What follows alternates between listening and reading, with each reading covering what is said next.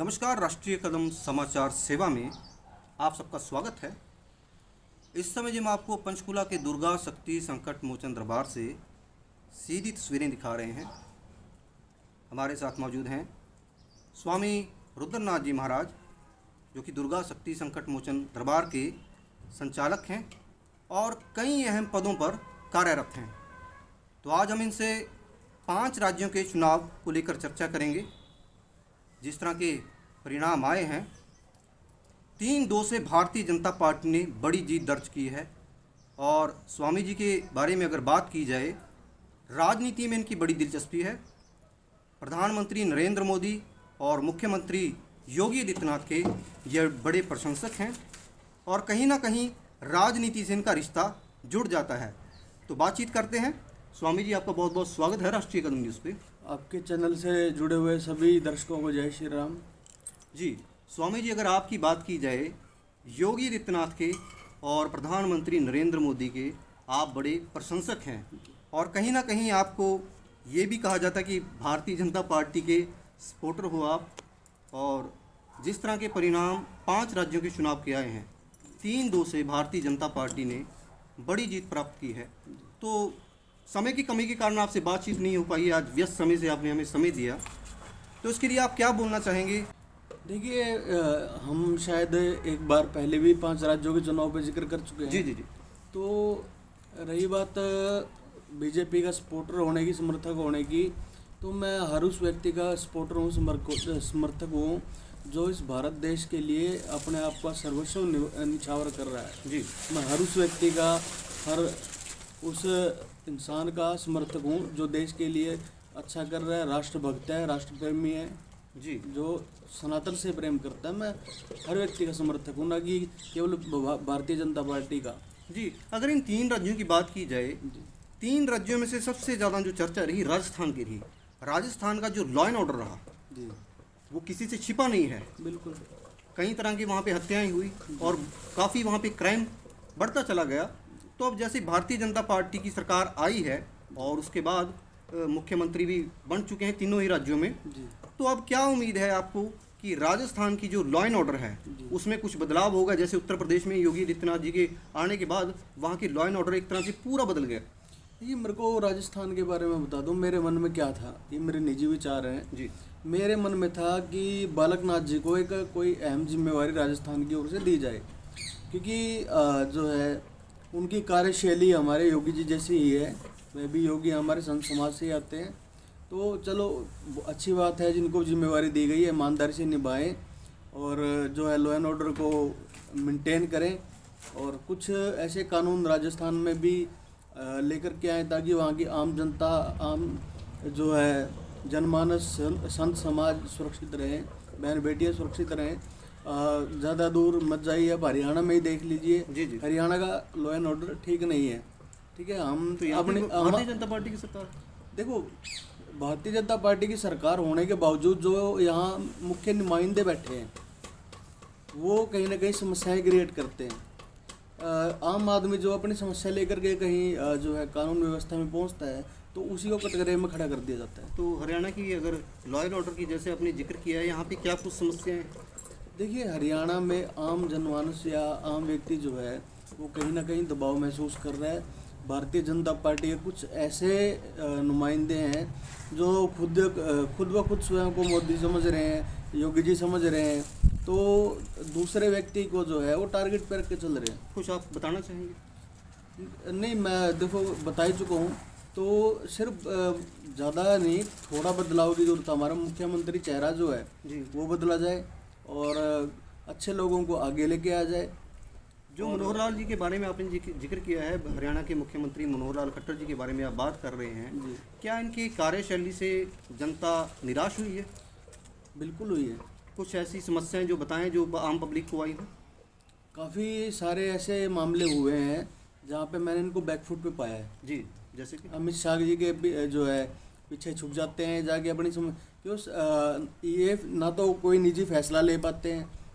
एक होता है ना कि हमारे योगी जी हैं, मोदी जी हैं, या अन्य और भी जैसे ज्योतिरादित्य सिंधिया हैं, या अन्य पार्टी से सचिन पायलट हैं। ठीक है, तो एक डिसीजन मेकर कि हाँ हम द बॉस, मेरे को यहाँ का ये जिम्मेवारी सौंपी गई है, मेरे को ये काम करना है। तो आपको ये लगता है कि जो मनोहर लाल खट्टर जी के बारे में आपने जिक्र किया है, जी हरियाणा प्रदेश के मुख्यमंत्री जी। हैं और दूसरी बार वो मुख्यमंत्री फिर से बने हैं यहाँ पे, और लोकसभा चुनाव के बाद विधानसभा चुनाव भी होंगे हरियाणा में, बिल्कुल बिल्कुल तो उनकी कार्यशैली से कहीं ना कहीं आम जनता प्रभावित नहीं हो पाई है, आपका ये कहना है? बिल्कुल। मैं खुद भी प्रभावित नहीं हूँ जी। ठीक है। और यहीं पे आप देख लीजिए, अनिल विज जी हैं, अरविंद शर्मा हैं, रामविलास शर्मा हैं, अन्य कई और चेहरे हैं, अपने गुज्जर हैं वहाँ से, शिक्षा मंत्री हैं कंवरपाल गुज्जर। जी जी जी ठीक है, तो वो हैं, इन लोगों ने काम करके दिखाया धरातल पे। जी। तो चलो, ये आपने हरियाणा को लेकर जिक्र किया है, और लोकसभा चुनाव के बाद आगामी विधानसभा चुनाव में जनता अपना एक तरह से जो फैसला है जन समर्थन के रूप में जिस भी पार्टी को देगी उसकी सरकार बनकर आएगी। 3 राज्यों में चुनाव हुए, भारतीय जनता पार्टी को बड़ी जीत प्राप्त हुई और तीनों ही राज्यों में मुख्यमंत्री बना दिए गए। हालांकि आपने राजस्थान को लेकर जिक्र किया कि बालकनाथ जी को कोई बड़ी जिम्मेवारी सौंपनी चाहिए थी, तो इन सरकारों से आपकी क्या उम्मीद है, और कुछ समय बाद लोकसभा चुनाव भी है? देखिए, यदि जनता ने उनको चुना है तो कुछ उम्मीद रख के ही चुना होगा, कुछ सकारात्मक कार्य वो करके आए हैं धरातल पर, तभी वो यहाँ तक पहुँचे हैं। बिना काम किए तो कोई नहीं पहुँच सकता ना। तो मेरे को पूरी उम्मीद है कि जहाँ जहाँ पे ये सरकारें गठित होंगी उन राज्यों में अच्छा कार्य होगा, और मुझे उम्मीद है भारतीय जनता पार्टी ने करके भी दिखाया है। और ऐसा ही नहीं है कि केवल मैं भारतीय जनता पार्टी का ही समर्थक हूँ, कांग्रेस करके दिखा देती तो मैं उसको उनका भी समर्थन करता। जी। तो लोकसभा चुनाव में भी कुछ ही समय बचा है, तो लोकसभा चुनाव पर भी कुछ आप कहना चाहेंगे? देखिए, मैं लोकसभा चुनाव पर आम जनता को, हमारे भाई बहनों को यही कहना चाहूँगा कि आप वोट उसको दीजिए जो आपकी समस्याओं को सुन रहा है, आपकी समस्याओं का समाधान कर रहा है। 5 साल आपके बीच रह करके आप लोगों की सेवा की, आप लोगों की समस्याओं को सुना, आप लोगों की समस्याओं को सुलझाया। ऐसे व्यक्तियों को, ऐसी पार्टी को आगे लेके आइए जो ईश्वर भक्त हो, ऐसे लोगों को आगे लेकर के आइए। केंद्र की सरकार से आप खुश हैं, जो कार्यशैली केंद्र सरकार की? हाँ, देखिए, विदेश नीति है हमारी बहुत बढ़िया है विदेश नीति, और दुनिया के लगभग जो प्रमुख 5 देश हैं हम उनमें शामिल हो चुके हैं। बहुत बड़ी उपलब्धि है। मैं आपको पहले भी कह चुका हूँ, मोदी जी और योगी जी, इनसे मैं हमेशा प्रभावित हूँ और रहूँगा। हमारी न जाने कितनी पीढ़ियाँ चली गई और कितनी ही पीढ़ियाँ और आएंगी।